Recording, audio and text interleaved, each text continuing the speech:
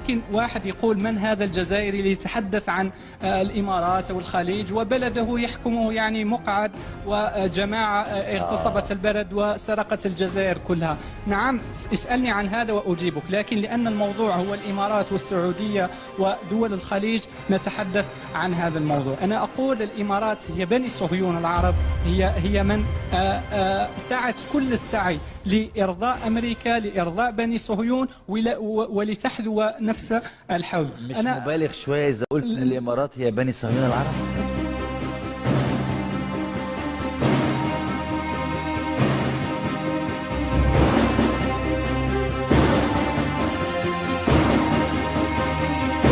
I don't think we are a threat to Israel, nor we think Israel is a threat on UAE. We are allies of the United States. Israel is another ally of the United States. And you know, we have like a big brother. I don't think we're going to go and fight when there's a big brother trying to say, hey guys, don't fight. شرفكم هلا هيدا ضابط.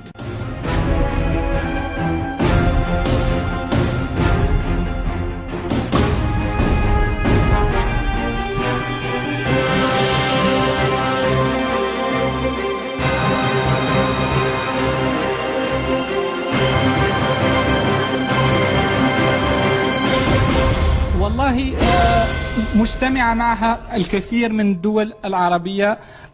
لما نروح للسعودية في النقطة تبنيهم أنهم يدافعون عن السنة، أنهم هم من يقودون العالم الإسلامي، أفعالهم لا تقول ذلك، تاريخهم لا يقول ذلك. خلال العام الماضي ظهرت على السطح شخصية سعودية مثيرة للجدل، وهو الجنرال أنور عشقي، مدير مركز الشرق الأوسط للدراسات الاستراتيجية في جدة والمقرب من دوائر القرار في المملكة العربية السعودية. هذا الرجل يعتبر بمثابة مدير العلاقات السعودية الإسرائيلية، ولديه العديد من المقابلات مع مسؤولين إسرائيليين.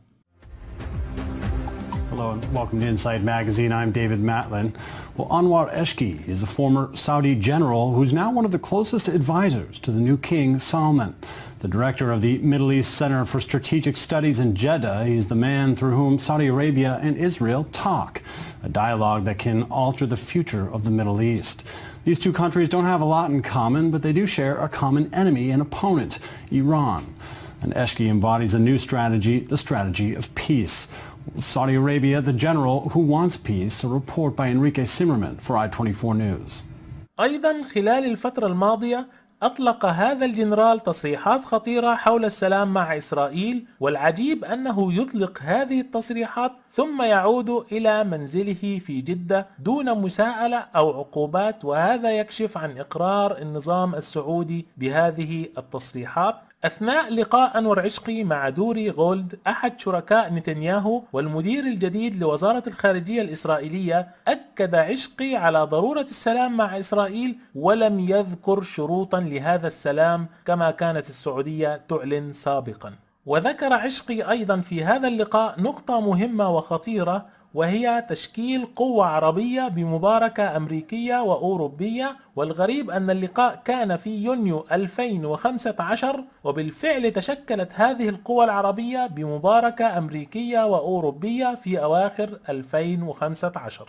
تحقيق السلام بين العرب وإسرائيل، تغيير النظام السياسي في إيران، إنشاء قوة عربية بمباركة أمريكية وأوروبية لحماية الدول الخليجية والعربية والمحافظة على الاستقرار، العمل على إيجاد كردستان الكبرى بالطرق السلمية، لأن ذلك من شأنه أن يخفف من المطامع الإيرانية والتركية والعراقية التي ستقتطع الثلث من كل دولة من هذه الدول لصالح كردستان.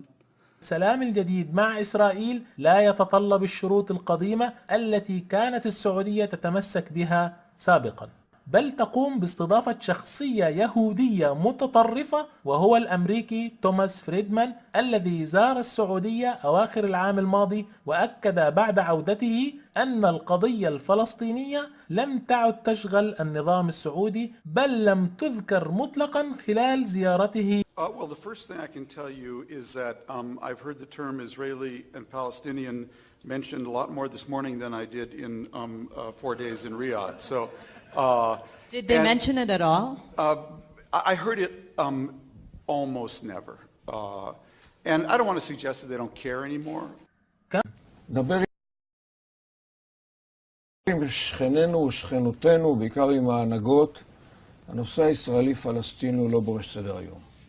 כשיושבים מדברים איתם, אז איראן והציר השיעי כאמור, והאחים המוסלמים, חמאס, קרוב אלינו, וארגוני הג'יהאד העולמי. לא הנושא הישראלי-פלסטיני. נכון שכלפי חוץ הנושא תופס נפח הרבה יותר גדול מאשר באמת כשמדובר על האינטרסים. Before this time, the Arab believe or they want to push Israel out of the Palestine, but Israel become reality in the land. For that reason, Saudi Arabia like to live together, Israel and the Arab countries. The people of Arab still don't accept because they thinking, the people mostly thinking by their emotional, but the government and the scholars thinking about their interest and mind. We need to live in peace in this country because this land, holy land, and this is land for Abraham, our father and your father. أنا مخام بكل لبي لي هجين على الشلوم. I think Saudi Arabia recognizes today that it needs a path to reform as well, and they see, as do many in the Arab world, that they see Israel as an ally rather than as an enemy because of the two principal threats that threaten them. The first is Iran, and the second is Daesh. In fact, ladies and gentlemen, the Saudis never really helped the Palestinian Arab population in Palestine, either with financial aid, and they have a few finances at their disposal, as you might guess, or significant military support. Successive Saudi peace plans culminated in the Saudi initiative of Crown Prince, now King Abdullah, promoting a permanent settlement of the Israeli-Palestinian conflict. And may I remind you that the original Saudi plan made no mention at all of the Arab refugee issue. I wonder why. Thank you for your honesty. What does Israel want to do? Does it want to participate? Does it think it could make a difference? And does it appreciate the fact that many people say, no, if Israel participates, it's so counterproductive that it would not help us? We have enough challenges apart from ISIS far away from us. Yes. But you know that we have very good relationship with many parties who participate in the coalition. First of all with the United States, right, some other Western parties, and as well as Arab parties. Right. So by having this bilateral relationship, sharing intelligence and so forth, this is our contribution to the operation. We understand that it's quite sensitive to have us publicly on board. So you can do it covertly and privately, but not publicly. Yeah.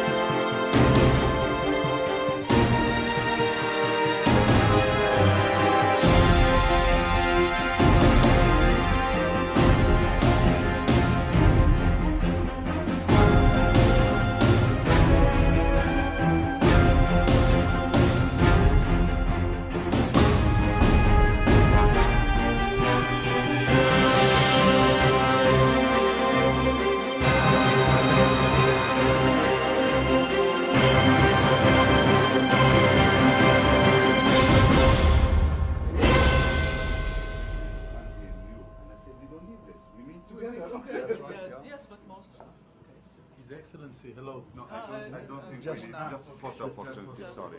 We just wanted to know about the importance of such a meeting to the peace process. This is Mr. Levini, Mrs. Levini will do this. Okay, thank you. Thank you very much. Thank you.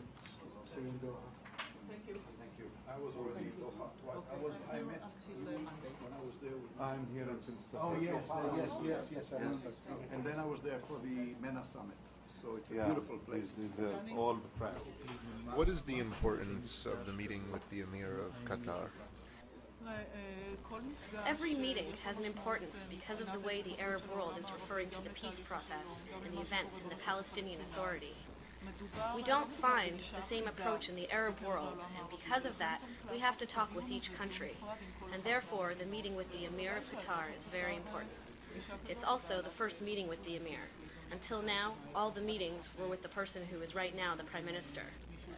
So therefore, the willingness and the content of the meeting. هل حكام الامارات، حكام السعوديه، حكام اهل الدول، هل لم يقتنعوا بعد انهم اصبحوا من علامات قيام الساعه؟ المدون الاسرائيلي ويدعى بن تزيون عبر حسابه بانستغرام مجموعه من الصور يظهر فيها متجولا في المسجد النبوي في المدينه المنوره. أما هذه الصورة فقد أخذت له مع صديقته آمال التي شاركت في منتدى مسك العالمي في الرياض، وهو جزء من مؤسسة الأمير محمد بن سلمان الخيرية التي تعنى بتشجيع التعلم وتنمية مهارات القيادة لدى الشباب. كتب بن تزيون على هذه الصورة: أخي وصديقي عبد العزيز، على جيلنا أن يبني علاقات بين اليهود والعرب، على إسرائيل والسعودية مهمة نشر السلام في الشرق الأوسط. وما إن نشر بن تزيون الصور والفيديو عبر حسابه حتى ضجت مواقع التواصل الاجتماعي خاصة تويتر بالغضب والسخط. دشن مغردون هاشتاج بعنوان صهيوني بالحرم النبوي. تساءلوا في الهاشتاج عن كيفية دخول المدون الإسرائيلي إلى المسجد النبوي. ننتقل معكم إلى الفيديو الذي بثه المدون الإسرائيلي بن تزيون من داخل الحرم النبوي، والذي يظهره وكأنه كان يتجول في أرجاء المسجد. أود أن أقول أولا أنني توجهت إلى السعودية في رحلة خاصة. كنت هناك لأزور أصدقائي السعوديين الذين كنت معهم في المدرسة. كانت الزيارة شخصية، لم تكن سياسية، لم ألتقي بأي مسؤولين، لم أطلب من أحد أن يرافقني. رحلتي برمتها كانت شخصية للاجتماع بأصدقائي. دخلت عبر مطار الرياض، لم أكن قادرا على استخدام الجنسية الإسرائيلية، جواز السفر الإسرائيلي، وأنتم على حق، فلدي جنسية أخرى. أولا ذهبت إلى المسجد لأصلي، فنحن كيهود نود الصلاة في الأماكن المقدسة التي صلى فيها الأنبياء، والنبي محمد هو أحدهم. أصدقاؤك من السعوديين كانوا يعرفوا بموضوع حملك للجنسية الإسرائيلية وديانتك وساعدوك على الوصول إلى المسجد النبوي؟